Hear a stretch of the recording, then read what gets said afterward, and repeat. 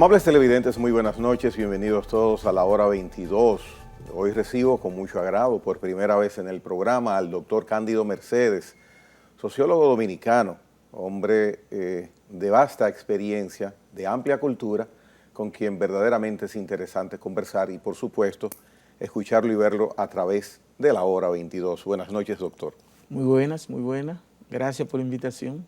Doctor, mire, usted tiene, para mí, usted me da la facilidad de abrir varias puertas y en cualquiera que yo abra podré tocarle un tema. Yo quisiera saber, dentro del estudio que usted permanentemente tiene activado de lo que es nuestra sociedad, en todos los sentidos prácticamente, ¿hay algo que verdaderamente a usted le preocupe más que otras cosas sobre República Dominicana? Sí, son muchas, pero, por ejemplo, nuestra sociedad es una sociedad enferma. Está matizada y adoctrinada por la violencia. Cuando ustedes miran el informe del Ministerio de Educación, la mayoría se rasga la vestidura y se sorprenden, porque también son una sociedad simuladora. La élite de este país, política, empresarial, eclesiástica, es simuladora con respecto a lo que está pasando en la sociedad dominicana. Si usted ahora mismo se acaba de hacer ese informe, desde el punto de vista sociológico, eso es un informe de eje transversal. Pero si usted hace un análisis de estudios longitudinales, es decir, a lo largo del tiempo, se va a encontrar más o menos con las mismas evidencias empíricas, es decir, los mismos datos de lo que ocurre. ¿Qué ocurrió en ese informe? Que es muy bueno. Te dice que 20.140 hubo enfrentamientos, 20.140 casos de enfrentamiento entre niños y adolescentes en la escuela. Te dice que 297 alumnos se pelearon con los maestros. 277 alumnos se pelearon con empleados de apoyo. Que hubo 113 niñas o adolescentes violadas sexualmente. Que hay 4.059 uniones tempranas. Oiga cómo es. 3.697 casos de madres ya. De esas niñas y adolescentes son madres. Y 1.440 padres, pero que son niños y adolescentes. ¿De qué estamos hablando? Estamos hablando de una violencia en la sociedad. Como decía George Galton, hay una tridimensión de la violencia. Hay una violencia estructural que está ahí en la sociedad, merced a los factores sociales, que es multifactorial, y hay que buscarle salida multidimensional. Por ejemplo, usted tiene que República Dominicana es el país de la región, a pesar de ser la séptima economía de América Latina, después de Brasil, México, Argentina, Colombia, Perú, Ecuador, va República Dominicana, séptima economía. Tenemos un Producto Bruto Interno Nominal de 114.000 millones de dólares. Cuando usted lo divide entre los 11 millones de habitantes, eso le da un ingreso per cápita de 10.500 dólares anuales por habitantes. Pero cuando usted ausculta en su verdadera realidad, se va a encontrar que el 70% de los dominicanos no llega a 4.000 dólares de ingreso per cápita. El 70%. El 70%. Sin embargo, nuestro índice indica que estamos en 10.000 y tantos dólares per cápita anual. Pero eso lo está diciendo la enorme desigualdad que hay en República Dominicana. La enorme desigualdad que hay en República Dominicana. Fíjese, América Latina es apenas el 8% de la población mundial. Sin embargo, es el país con mayor, la región con mayor desigualdad y por lo tanto el de mayor violencia. El 36% de todos los homicidios del mundo ocurren en América Latina. ¿Por qué? Por la desigualdad. Y República Dominicana no escapa. Entonces aquí hay una violencia estructural. De cada 100 jóvenes hay 22%, oiga, 22%, alrededor de 560.000 jóvenes que ni estudian ni trabajan. ¿Eso es para alarmarse, doctor Cándido? Eso es potencialmente, ¿qué es eso? Eso da delincuencia por todos lados. Pero en República Dominicana es líder en embarazo en niñas y adolescentes. 22. De cada 100 mujeres embarazadas, 22 son niñas y adolescentes. Ahora, cuando usted sigue auscultando, que es lo que no pasa en esta sociedad, y estudiar la realidad, de esa 22, equivalente a 100, el 95% no terminó la primaria. Y el 97% era pobre, o es pobre. ¿Qué significa eso? Que la variable embarazo está ligada a dos variables muy fuertes: pobreza y educación. Cuando usted tiene esa niña teniendo niños, potencialmente, ¿qué son esos niños mañana? Usted ve la gravedad de la sociedad dominicana, socialmente. Y esos son los factores que yo como sociólogo digo, señores, tenemos que hacer un pacto como sociedad, hacer un nuevo contrato. La sociedad dominicana no puede seguir así. Doctor, mire, yo le voy a Escúcheme, hay un informe que se llama Riesgo Político en América Latina. Y República Dominicana, dentro de esos 15 países, sale con lo que se llama una democracia defectuosa. ¿Qué es una democracia defectuosa? Aquella en que sus problemas sociales estructurales están procrastinados, es decir, pospuestos, no resueltos. Hay una paz social aparente en el que los problemas sociales estructurales no están resueltos, están ahí. Fíjese, 46% de la familia dominicana no tiene agua potable en su casa, dentro de su casa. Aquí todavía en el siglo XXI, en su tercera década, el 12 al 15% hace sus necesidades fisiológicas en letrina. Usted va a Europa y habla de letrina y la gente no lo va a entender porque hace 100 y pico de años que eso no se ve. Eso son reminiscencias de la premodernidad, no de la modernidad que comenzó por allá, comienzo del siglo XIX, de la premodernidad. Entonces esta sociedad necesita un pacto social, donde digamos, nosotros no podemos seguir con un modelo excluyente. Nosotros no podemos seguir con un modelo educativo donde el bachiller no puede trabajar porque no sabe hacer de nada, nada más sabe leer y escribir si acaso. Tenemos que hacer un nuevo pacto educativo. Nosotros no podemos seguir invirtiendo el 2% en salud, cuando el promedio en América Latina es 6.6 y nosotros 2. Entonces, esos son los desafíos más profundos. Por eso, tenemos que abocarnos a sentarnos, a diseñar el tipo de sociedad que queremos, que responda. Siempre van a haber gente que tiene más y otro menos, pero que la desigualdad no sea tan lacerante, tan profunda, porque yo no me regocijo sabiendo que tengo filete en mi casa y los otros no tienen. Hay gente que se regocijan con tener mucho y que otros no tengan nada. No, yo sé que hay gente que va a tener más que yo, pero que a mí no debe importarme porque yo tengo mis necesidades materiales cubiertas, que es lo que pasa en Europa con el proyecto del bienestar. El pobre allá tiene acceso a salud, a educación, a vivienda, a transporte, pero todo como seres humanos. Aquí cuando decimos Juan Pérez pobre, es que Juan Pérez es desheredado de todo, no tiene de nada. Ese es el tipo de sociedad que tenemos que abocarnos. ¿Sabe que usted exponiendo esa preocupación con estadísticas, con números reales, tomados de referencias de estudios que se han hecho, lo ligo a una declaración que dio a un programa la semana pasada Felipe Polanco, nuestro gran humorista, y el titular decía más o menos que él, Boruga, no le veía otro camino a nuestra sociedad que la confrontación. Cuando yo vi ese titular, digo, bueno, pero pienso que Boruga exageró. Sin embargo, ahora tengo que devolver lo que yo pensé cuando escucho lo que usted ha indicado sobre esa situación de nuestra sociedad. Hay enormes tensiones sociales. Entonces Boruga no está tan... No, tal vez no lo dijo como un sociólogo, pero él es un sociólogo empírico de la realidad. Mire, es que hay tensiones sociales. ¿Qué es el conflicto? Son tensiones sociales que se suscitan en esa sociedad como consecuencia de necesidades materiales. Por eso usted nada más ve, por ejemplo, Joel Gatto le habla de las 3 dimensiones de la violencia, la estructural, que es la que yo le estoy diciendo, pero fíjese, el desempleo aquí es ¿cuánto? El desempleo es 14%, ampliado, pero en los jóvenes de 30. ¿Usted sabe cuál es el promedio salarial en el sector privado? 30,000 pesos, en el sector público 36,000. Pero cuando usted mira los 5 quintiles de la canasta básica, si usted hace el promedio de las 5 y lo divide, eso le va a dar 42,000 pesos.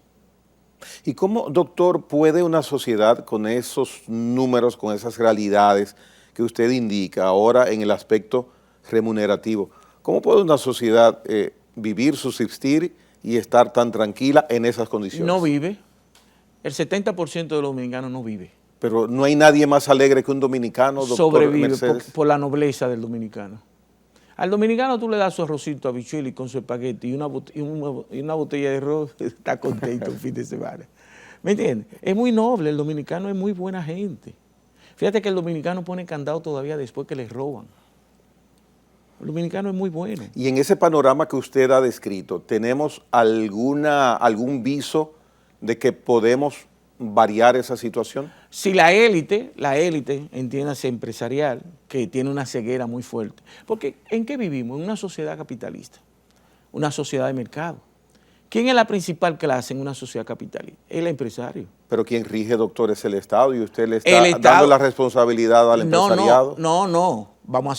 Hay que hacer un acuerdo entre esa élite política que dirige el Estado y los partidos políticos y la sociedad civil, las iglesias. Entiéndanse, todos los actores que tienen conciencia de que la sociedad no puede seguir bajo ese parámetro. No puede. El dominicano es muy bueno. Fíjese que República Dominicana, hoy por hoy, con todos los actos de violencia y todo eso, República Dominicana está en la tasa de homicidio de todos los países de América Latina. Nosotros estamos 100% menos. Estamos en 11, mientras que en América Latina está en 22, promedio de tasa de homicidio. ¿Y eso es bueno? Sí. Ojalá sea 1, 2, 3, como en Europa que 3, en Asia es 2.8. En Oceanía hay 2. ¿Está bien?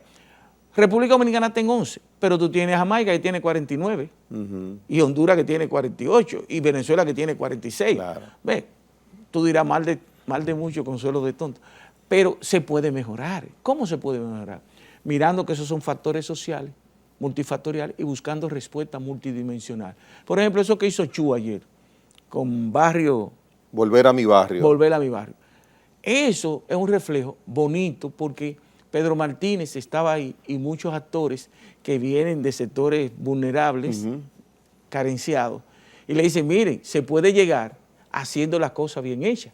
Mire cómo Pedro Martínez, un hombre que lo que mide 5'10", 5'11", llegó a ser el mejor lanzador por mucho en esos 5 o 6 años. Sí. Y él dice que le llegó la tentación, como habían días que tú estabas débil, pero tenía valores. Su mamá siempre le dijo, mira, David Ortiz, cómo llegó en la primera oportunidad. Y el único, oiga, Y siempre triste que iba a dejar la pelota. Acuérdese, y el papá le dijo, no me haga eso. El papá le lloró y mírelo ahí. El único en este año que pasó que llegó a Cooperstown, de todo, y en el primer round. Y ahora en estos días, dentro de 2 años, va a llegar Albert Beltré. Entonces, Adrián Beltré. Los valores ayudan mucho a una sociedad, independientemente. Claro, en medio de la democracia ha habido una descomposición. Yo me acuerdo que si yo llegaba con esto, Candito, ¿quién te dio eso? A su casa, usted siendo un muchacho. Y me agarraba por aquí. Sí. Vamos. ¿Quién fue que me lo dio? Antonio, míralo ahí. Antonio, ¿tú le diste eso a Candito? Ay, si Antonio decía que no. ¿Y usted sabe lo que vería ahí? Pero ahora no. En medio de la crisis de los valores, te llega una niña de 15 años con una pasola de 300,000 pesos y la mamá le dice a la vecina, ay, mi hija tiene una pasola, pero la hija no trabaja. ¿Te está entendiendo? Es una crisis profunda, por eso esto es un proceso donde los que aman a su pueblo, quieren una mejoría de la sociedad, saben que tienen que hacer un proyecto de visión de país, porque eso tiene que comenzar desde la niñez. Aquí se hizo un estudio en el 2018, 18 países de América Latina, y nosotros quedamos en el último país en materia de cultura cívica, de civilidad. Actualmente somos el país de América Latina con la mayor tasa de fraude social. ¿Qué es el fraude social? El que a la gente le gusta buscar atajos. No le importa los medios con tal de conseguir el objetivo. Una crisis ética, ¿te ves? O sea, resolver. Resolver. Mire, somos los líderes en vender medicina falsa, cigarrillo falso, tabaco falso, ron falso, whisky falso, para que usted lo sepa. Y gente que se roba la luz y tienen dos. Hay gente pobre que tiene mejor luz que usted, que es clase media alta, y yo, porque están conectados a dos sistemas, a dos circuitos. ¿Y a quién le paga? Al tigre del barrio. 400, yo he hecho esa tarea también, para cómo que se mueven, cuáles, y viven en ese mundo social, en esa especie de laberinto. Y ahí es que la élite no lo puede desconocer, esa es la realidad social nuestra y económica. Doctor Cándido Mercedes, usted normalmente menciona y escribe acerca de las élites. ¿Por qué?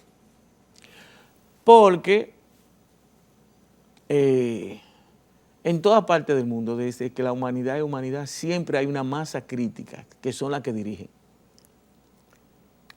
Ya sea porque tienen más poder político, más poder económico, más poder de sabiduría. Acuérdense que antes eran los sabios, las iglesias que mandaban.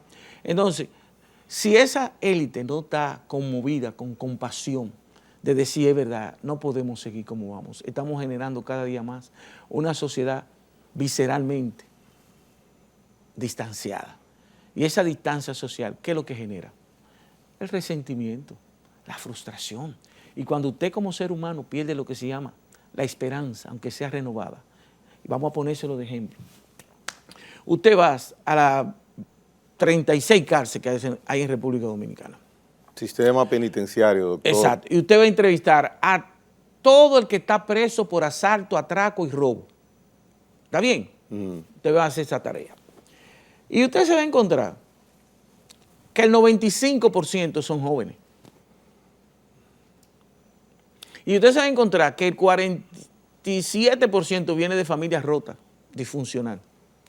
Y que esos jóvenes, el 90% no terminó el 8º curso de la primaria. Entonces, de cada 100 pobres, solo 28 está terminando el bachillerato.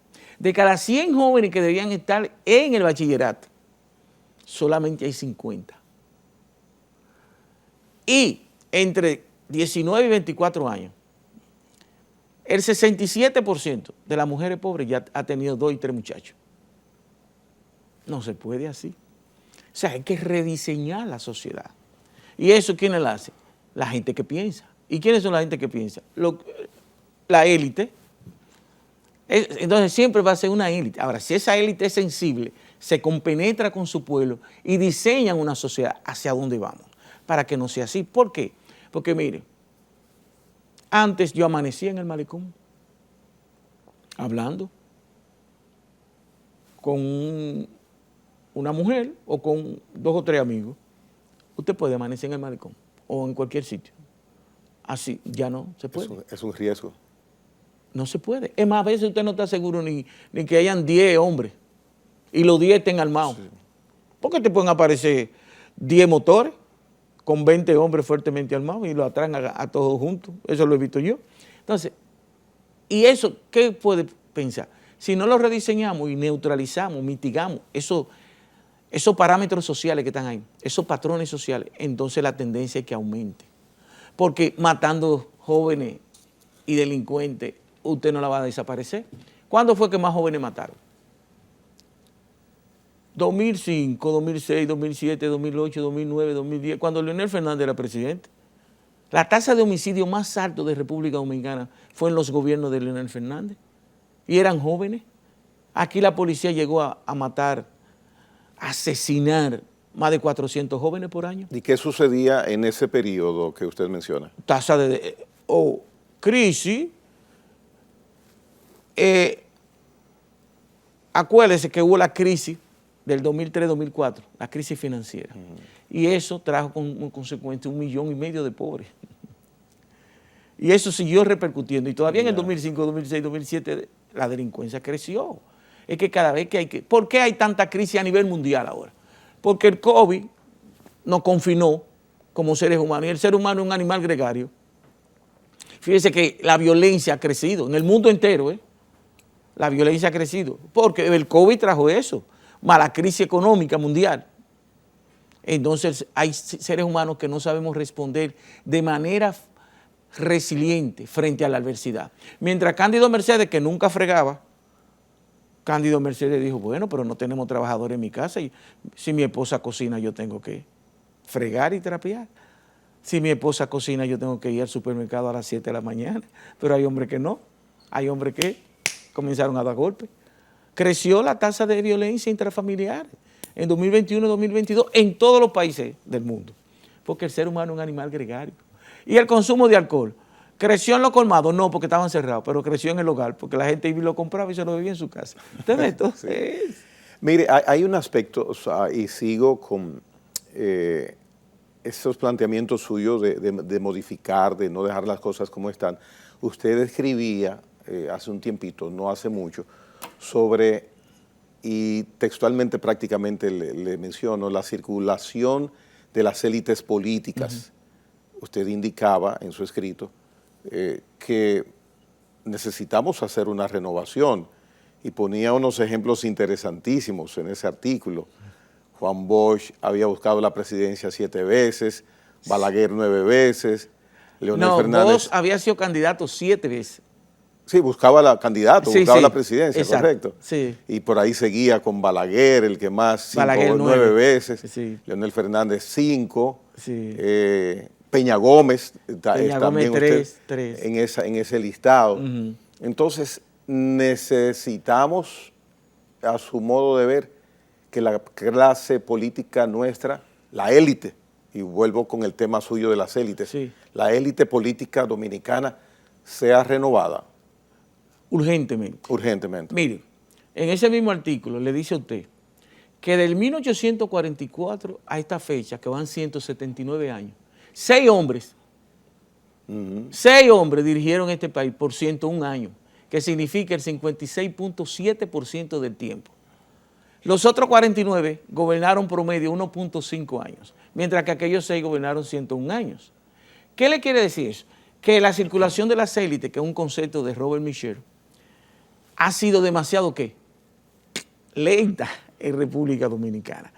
Usted está hablando que Leonel Fernández, que pasó al escenario como un protagonista de primer orden en el 96, hoy, 25, 26 años después, es candidato. Eso casi usted no lo ve en ningún país del mundo. Piénselo y busque para que usted vea. 25, 26 años después, cuando él tenía 43, que ahora va a tener 70, hace 27 años, es un protagonista de primer orden de nuevo. ¿Qué le quiere decir eso? Que la circulación de las élites es muy lenta en República Dominicana.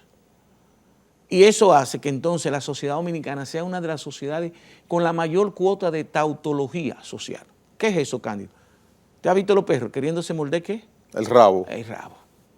Fíjese que en la sociedad dominicana en los últimos 25 años no ha habido un cambio estructural. No ha habido cuestiones estructurales de fondo. La energía eléctrica, que era un problema coyuntural, se convirtió en un problema ¿qué? Estructural. En República Dominicana el problema es la energía. Aquí vino una experta de Guatemala hace 25 o 30 años. Dijo que había que hacer. Ella lo resolvió allá en Guatemala y aquí seguimos con los mismos problemas. Ok. Vino la capitalización de Leonel Fernández, acuérdese, y fue porque aquí los políticos tampoco le piden excusa a su pueblo con los errores que cometen. La capitalización se hizo para no pasarle el Estado los 200 millones que le pasaban a la 3C, acuérdese, CORDE, CDE, eran 3C. Y el CEA. Y el CEA. Pues hoy le pasamos más de 1.500 millones de dólares solamente a energía eléctrica. ¿Qué ha pasado? Falta de visión y de compromiso cierto de esa élite política, donde el sector empresarial no se ha dado cuenta que al final la que pierde totalmente es ella. Si aquí viene un vengador social, quienes van a perder son ellas. Claro, va a perder el pueblo dominicano, pero ella, porque no es lo mismo ser Corripio ni Vicini en República Dominicana que serlo en Estados Unidos o en Italia. Allá ellos son uno más. Entonces, ese es el papel que a mí me toca. Decirle, miren, ustedes han ido bien, pero el que ustedes vayan bien y triunfaron con el rentismo, porque esa inversión que hacen los empresarios en este país con los partidos políticos que ellos creen que van a ganar, le dan 5 sacos de cuarto a aquel, 10 sacos al que más van a ganar. Eso es rentismo político. Eso ya no se da en los países con mediana intensidad democrática. ¿Para qué? Para hacer negocio, violando las reglas del juego. Que decía Adam Smith, el padre de la economía moderna, el capitalismo solamente puede funcionar si se cumplen las leyes que lo regulan. ¿Por qué hay una crisis del capitalismo mundial? Porque ese mismo capitalismo ha buscado apalancamiento financiero, fórmula financiera para ganar más haciendo menos e incluso escondiendo su dinero para no dar lo que deberían dar como ser humano, que es dar más para que las desigualdades sociales sean menos donde ellos viven y para que aquel que está allí pasando hambre no te mire queriéndote matar para quitarte lo que tú tienes. Porque es natural, entre comillas. Al sociólogo no le toca juzgar ni condenar, sino ver, explicar, describir esa realidad.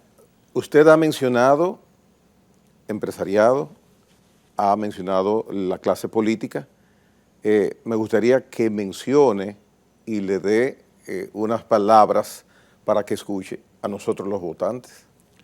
El poder está ahí, pero acuérdese que ese poder está demasiado mediatizado.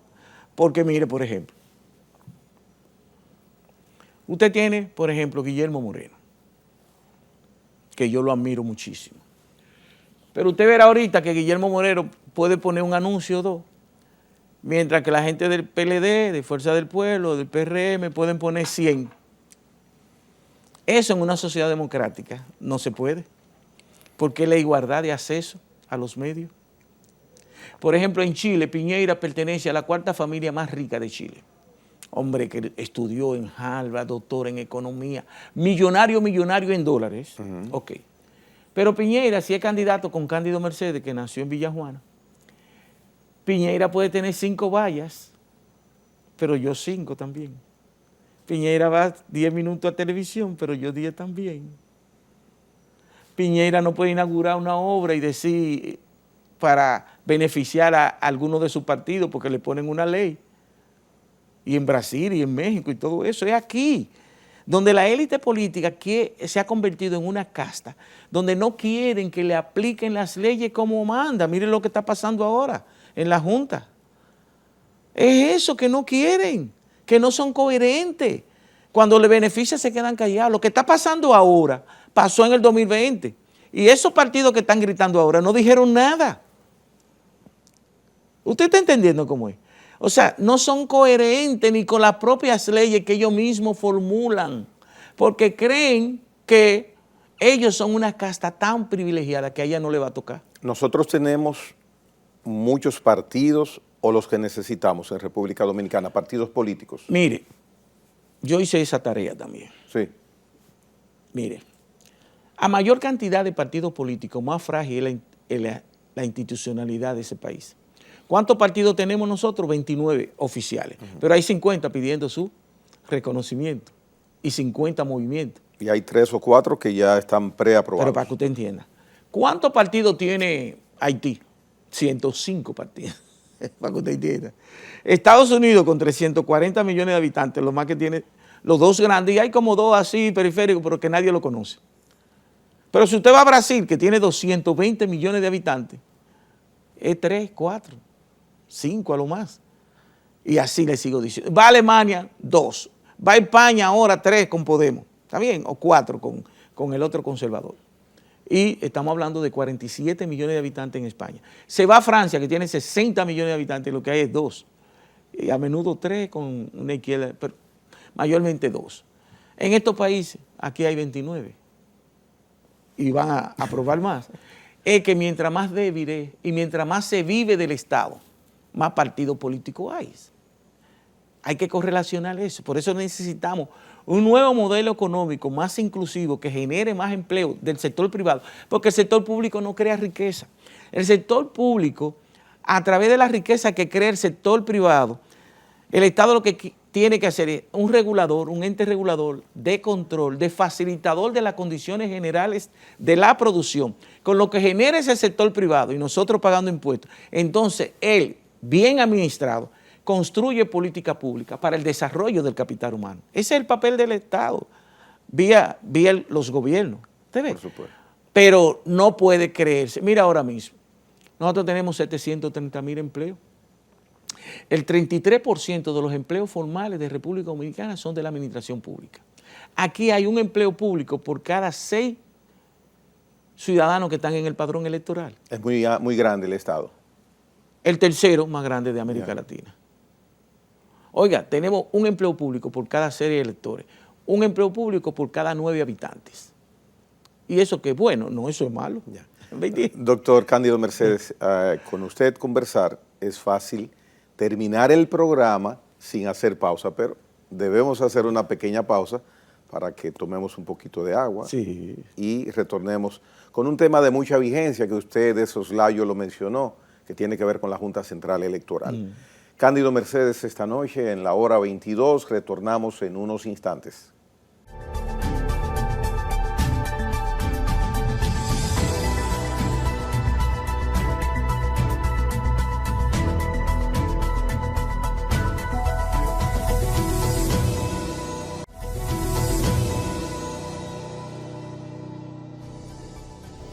Doctor Cándido Mercedes, la Junta Central Electoral recientemente ha emitido una resolución con la cual alrededor de 20 o quizás más de 20 partidos se han molestado bastante. Algunos de ellos ya han elevado instancias ante el organismo rector, administrador de los procesos electorales en desacuerdo.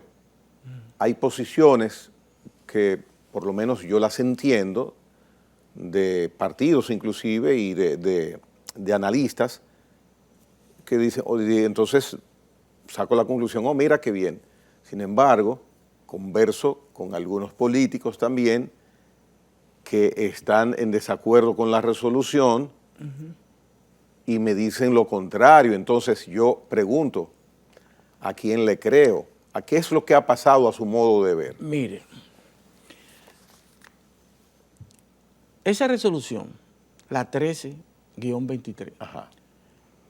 habla del 20% de las nominaciones en el artículo 58, de las nominaciones totales en función de los puestos. Es el artículo 58. Usted, que lee más bonito que yo, va a leer eso que está ahí abajo. Gracias por el piropo, doctor. Dice aquí, esto es de la ley 3318, artículo 58. El artículo abajo, 58, lo que está en amarillo. que usted ha mencionado, dice así: un máximo de candidaturas a cargos de elección popular equivalente al 20% del total de las nominaciones para los puestos de senadores, diputados, alcaldes, regidores, directores, subdirectores y vocales de distritos municipales establecidos por la Constitución y las leyes. ¿Lo ve ahí? Ahí hay 7 niveles, pero ahí dice puesto. ¿Está bien? Ahora bien, el artículo 136 de la ley número 2023, que derogó la 1519, en la 1519, en el artículo 130, habla de los niveles. Pero como esta fue derogada por esta que está aquí, usted me va a ayudar a leer y mire lo que dice ahí. Esta es, por supuesto, la actual y la más la actual, la reciente. 2023. Léalo para que usted Dice vea. aquí el artículo 136 de esa ley. De la ley 2023. Modalidades de alianzas. Oiga. Modalidades de alianzas. Exacto. Las alianzas o coaliciones de partidos, agrupaciones o movimientos políticos pueden producirse solo dentro de las modalidades siguientes, sin que se permita en ningún caso el fraccionamiento del voto para candidatos de un mismo nivel. Ahora, Estos son. Número 1, para las candidaturas del nivel presidencial. Número 2, para las candidaturas en el nivel senatorial, para una, varias o todas las provincias y el Distrito Nacional. Número 3, para las candidaturas del país en el nivel de diputados, para una, varias o todas las circunscripciones o provincias y el Distrito Nacional. Número 4, para las candidaturas en el nivel de alcaldías, para uno, varios o todos los municipios. Número 5, para las candidaturas en el nivel de regidurías, una, varias o todos los municipios y el Distrito Nacional. Número 6, para las candidaturas en el nivel de directores distritales, para uno, varios o todos los distritos municipales. Y número 7, para las candidaturas en el nivel de vocalías, para uno, varios o todos los distritos municipales.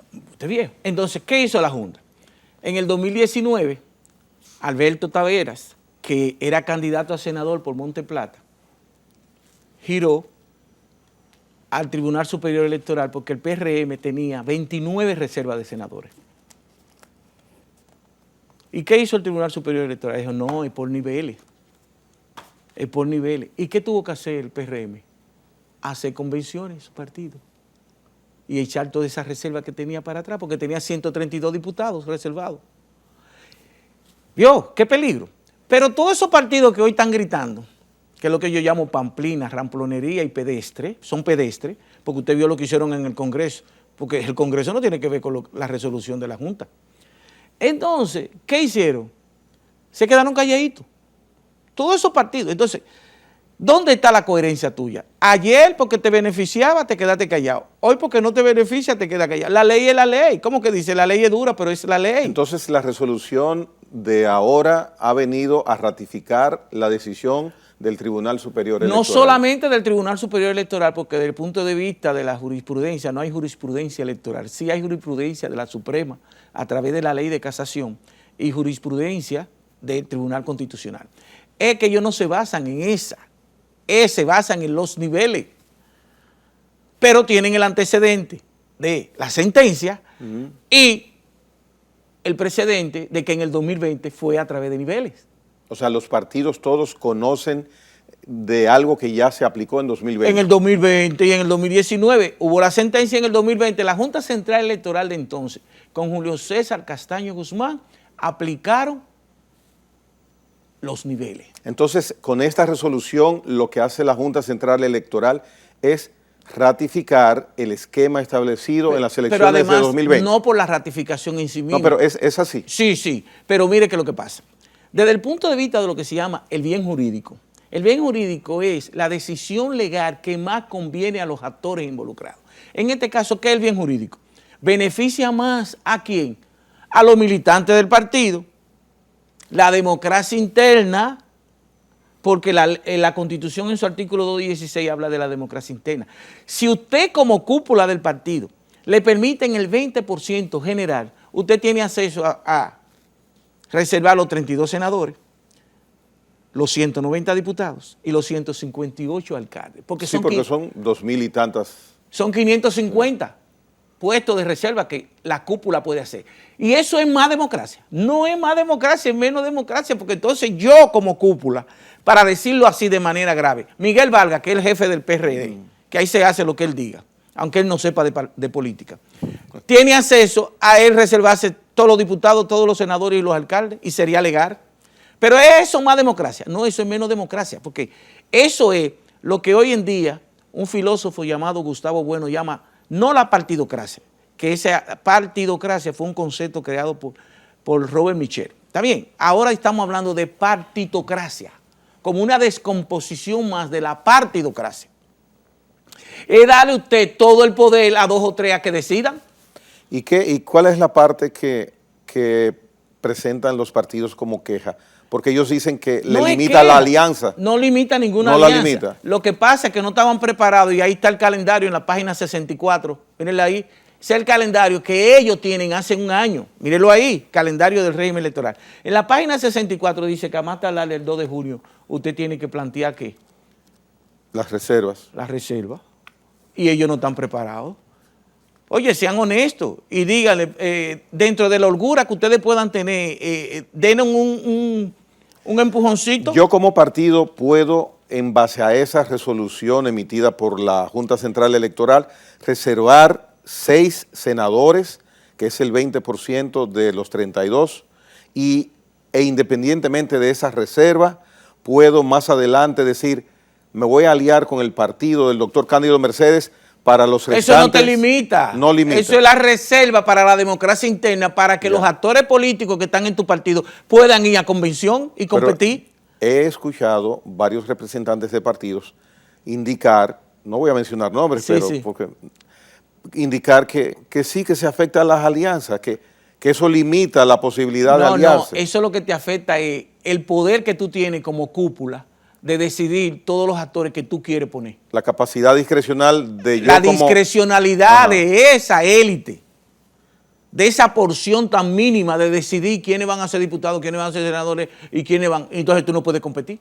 Pero entonces, si usted que hace ese planteamiento es bastante claro, en cualquier momento se va a poner en evidencia eso que usted dice. Entonces, no, ¿qué va a pasar? Porque yo puedo, por ejemplo, ya tú reservaste los 6 senadores tuyos, pero, y ya yo hice competencia en mi partido, con los otros 26 senadores, ¿está bien? Sí.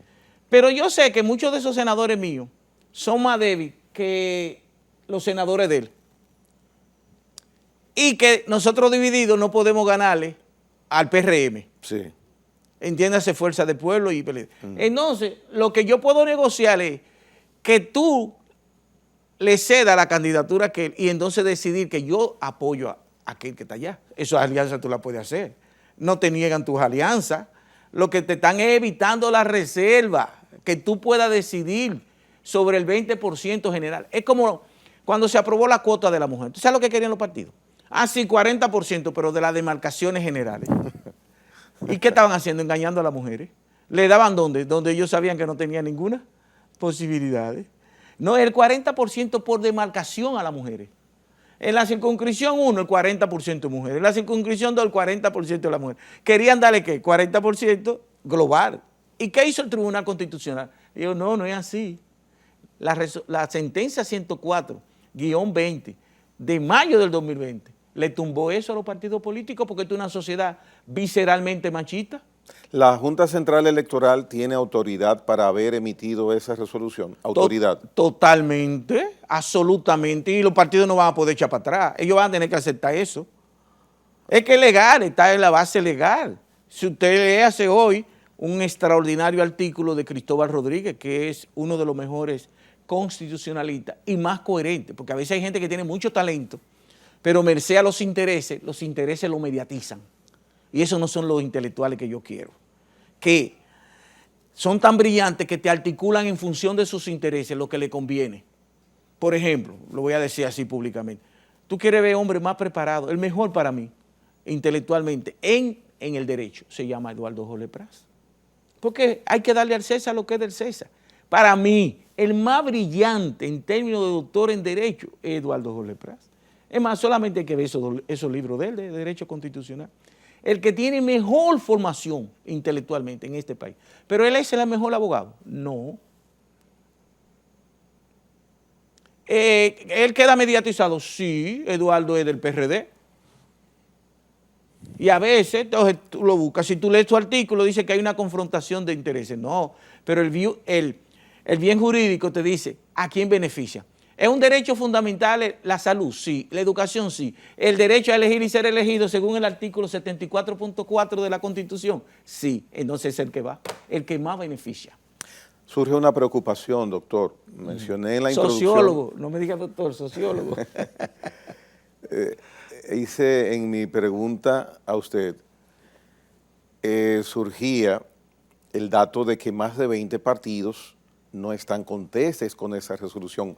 Preocupa entonces que si el 70-80% de las agrupaciones políticas no están de acuerdo con una parte del manejo de esquema que ha planteado la Junta Central Electoral, se entiende que la Junta tiene que buscar la manera de de buscar la forma de que haya agrado, en el mejor sentido de la palabra, para que los participantes puedan... Estamos acostumbrados a lo mal hecho, a lo que yo le dije al fraude, a buscar atajos. No. La Junta va muy bien en su legitimidad. Acuérdense que no todo lo legal es legítimo. La Junta no está haciendo nada que no sea merced a lo que dice el artículo 58 de la ley 3318 y los niveles en el artículo 136 de la ley de régimen electoral y de la Constitución en su artículo 216 que habla de la transparencia, la competencia y la democracia interna de los partidos, y el artículo 74.4 que es el de la favorabilidad en función de los actores involucrados. Tomó todo eso en cuenta y está en la resolución, está ahí como base, es bien hecho y además le acabo de enseñar el calendario, es que se durmieron en sus laureles. La Junta lo que puede más es, si usted quiere, ampliar 2 o 3 días más el problema de, que usted lo vio ahí en la página 64. ¿Usted piensa que por ahí es que anda el asunto? Puede haber una holgurita, no, yo no soy miembro de la Junta, pero después, en base a lo legal, no hay manera, a menos que la Junta no comience entonces a ella misma a actuar en contra de la base legal y legítima que tiene. Mire, por ejemplo, pueden haber 99 gente pensando que eso es rojo y yo pensar que es verde, porque son 99 quiere decir que tienen la verdad. No. Dice un importante filósofo que la verdad está por encima de toda opinión pública. Puede haber uno solo. Ahora, demuéstrale a la Junta que no tiene razón.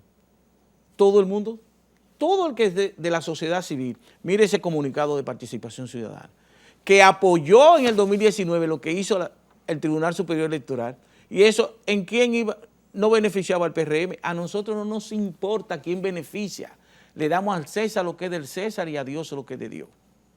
Y ahora apoyamos a la Junta por la resolución que acaba de hacer. ¿A quién beneficia? Nosotros no tenemos que ver, lo que estamos buscando es la verdad, la legalidad, la legitimidad de las acciones de las instituciones. ¿Cuál es la gran crisis que teníamos nosotros? ¿Por qué, vuelvo con el doctor Cándido, por qué Participación Ciudadana en uno de sus párrafos dice lo siguiente, me llama la atención? Pretender aumentar las posibilidades de reserva de candidaturas en favor de la alta dirección de los partidos es volver al pasado, a métodos antidemocráticos que debilitaron y crearon situaciones conflictivas en los partidos, etapa que debe quedar atrás. Es que usted no puede darle todo el poder a 2 o 3 a que decidan. A lo que usted mencionaba. Exacto. A la partitocracia, ¿te me entiende? A la cúpula, eso no se puede. Es que antes, nosotros hemos ido avanzando muy lento, como una tortuga, pero la sociedad de hoy no es la misma de hace 30, 40 años. Acuérdese que aquí usted era candidato y el mismo día que habían elecciones, iban y lo borraban en la Junta. Sí. Acuérdese que no había padrón. Nosotros tenemos uno de los padrones electorales más eficientes de América Latina actualmente. Antes, acuérdense, cuando el Partido Reformista hizo la trampa grandota en el 94, yo no lo entendía, y fue que saca 5 reformistas, 20 del PRD, 3 PLD y así, porque en los pueblos la gente se conoce, y entonces sacaban electores que tú sabías que iban a votar por el PRD. Tú sacabas 20 y para confundir a la gente sacaba 3 o 4 reformistas. Ah, no, pero fue que a todos fue por igual.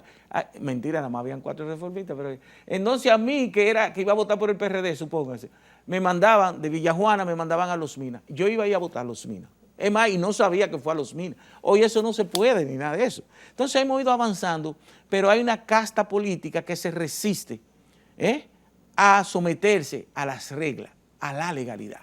Y en este caso esta gente está protestando no teniendo base legal y creyendo que porque son 20, Guillermo Moreno no ha gritado, ni el Frente Amplio. No. Ah, entonces, ¿cuál es el problema? Ellos que tienen el problema. Y yo hablé con uno de ellos, de comité central de uno de esos partidos. No tenemos de otra, tenemos que aceptar eso. ¿Por qué es eso? Gritan, usted lo ve. Es como usted, hay entrevistas donde usted invita a un político de esto y fuera de cámara le dice, la entrevista fue más buena fuera de cámara que en cámara, porque no se atreven a decirlo públicamente. Bien. ¿Sí o no? ¿No es así? ¿No le ha pasado? Bien. Me acojo a la 5ª enmienda. Cándido, nosotros tenemos la facilidad de que muchas empresas interesantes nos ponen al tanto de las preferencias que aparentemente surgen porque hacen estudios las encuestadoras y nos dicen fulano está arriba, fulano bajó.